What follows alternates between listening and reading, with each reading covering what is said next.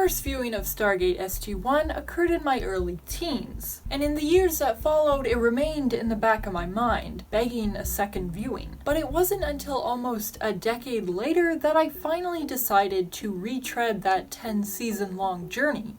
And honestly, I'm happy that I did. The show may have gotten off to a rough start, but it never failed to maintain my interest. And at the heart of the deeper questions and moral dilemmas that the 1997 sci-fi series presented was a cast of incredible characters who, though they may have shown some rough edges every so often, managed to win me over time and time again. There was Jack, a regular smartass at first glance, but at second, a deeply troubled person who blamed almost everything that went wrong in his life on himself, and would sacrifice himself in a heartbeat to protect his teammates. There was Teal'c, an enemy-turned-ally who had to find his place in a new world, and one day hoped to free all those under the command of false gods. There was Daniel, compelled by the loss of his wife, and always trying to hold himself and those around him to the highest possible standard. And then there was Carter, who liked science. Don't get me wrong, Carter is a hero in her own right, but of the original SG-1 cast, she is by far the weakest character of the four. Part of the reason for this is that she falls into the trap of generic heroism. She wants to help people because, well, we're not really given a reason. Lack of clear motivation can do a lot to undermine a character. In the case of Jack, we know he wants to help people because of his survivor's guilt. Daniel wants to help people because he so strongly believes in the sanctity of all life.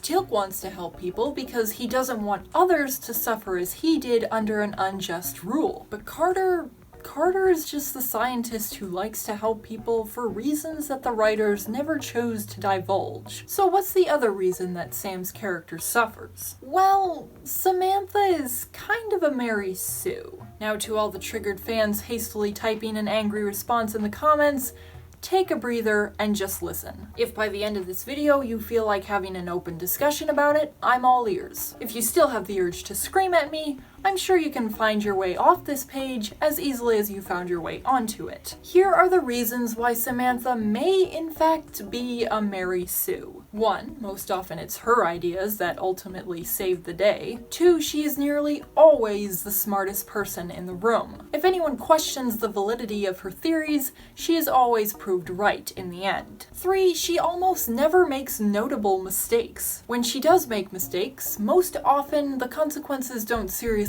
impact anything. Or if they do, it's in such a way that she can't be held at fault. 4. Her character is lacking any meaningful flaws. I'll address the first 3 points together since they are somewhat intertwined. Through her spontaneous ideas, Carter's role is the most instrumental to the majority of SG-1's victories. Regarding her generally being the smartest in the room, Rodney McKay, considered by the Pentagon to be the world's foremost expert on the Stargate, is made to look incompetent in the presence of Carter. The Goa'uld, who have the advantage of countless years of genetic memory, are often outsmarted by Sam. Even Thor, a member of the Asgard who condescendingly refers to Carter's ideas as stupid, requires her help to save his entire homeworld. And in regards to how she never makes notable mistakes, Carter is someone who almost always deals in the theoretical. Due to, as I mentioned, her instrumental role, she often holds the fate of the world in her very hands. Yet somehow she has hardly a single memorable screw-up. Remember that time Daniel thought he could help people better by ascending, only to learn that he couldn't help anyone in his higher state of being? And when he did try to step outside his constraints and make an actual difference,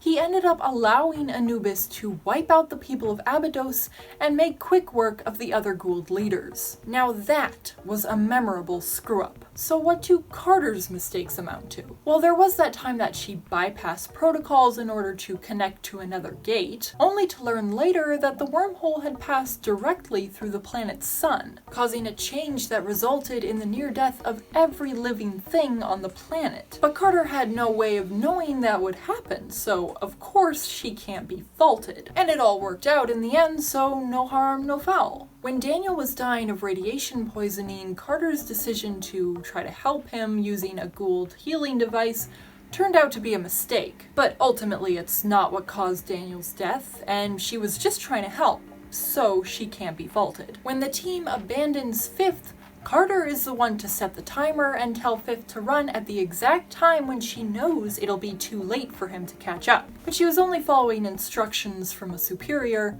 and she immediately felt bad about it.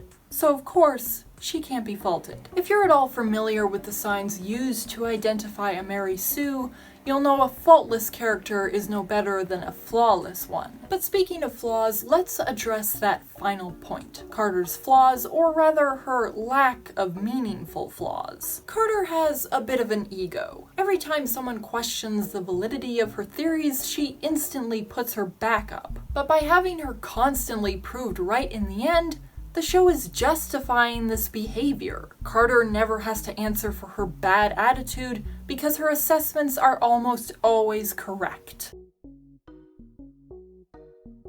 At one point in the show, season 7, episode 13, the writers seem to retroactively try to give Carter a core character flaw by having a hallucination of Jacob suggest that she's afraid to love and let herself be loved. However, this was poorly set up, and it's not long after that Carter, in the space of one episode, finds the perfect man in Pete Shanahan. Wow. Samantha Carter really can do no wrong. Even when she breaks it off with Pete, though obviously difficult for both parties, it's framed as the right thing to do because she's finally pursuing her happiness. The perfect guy isn't good enough for her. She wants to be with Jack, who just so happens to be one of the show's most important, if not the most important male lead. And rules and regulations be damned, even if those rules exist for good reason. And Carter's motivations for pursuing Jack are as unclear as her character motivations. Seriously, why are these two a thing?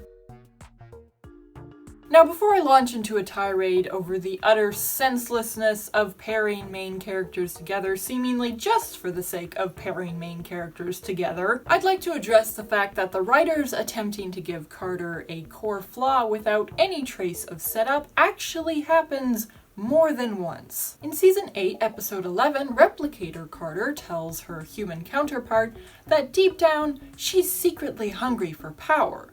But it's fear that holds back this darker part of herself. Anyway, I've gotten a little off track, and for the sake of fairness, I'd like to go over some counterpoints to the issues I raised. While yes, it's usually Sam's ideas that save the day in the end, more often than not, it's thanks to the contributions of the whole team that her plans are even able to be pulled off. So, technically speaking, she's no more important than any other member of SG-1. And while most often she is undisputably the smartest person in the room, she's not the only one to come up with life-saving ideas. The others have their own chances to shine by concocting daring plans to save the day. And Sam's mistakes, while leaving her virtually faultless, still have realistic consequences. Ultimately, I can't concretely say whether or not Carter is a Mary Sue. But if she isn't, she certainly walks a fine line. And given she's the only female lead for the majority of the series' 10 seasons,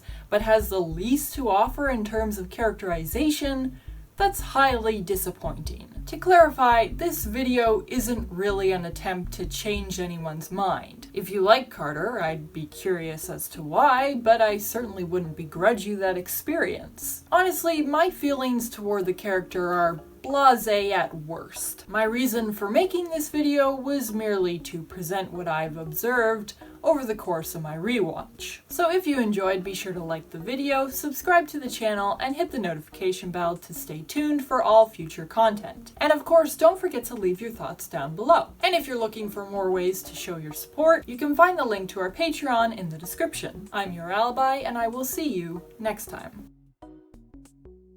I mean, hell, anyone's better than Vala.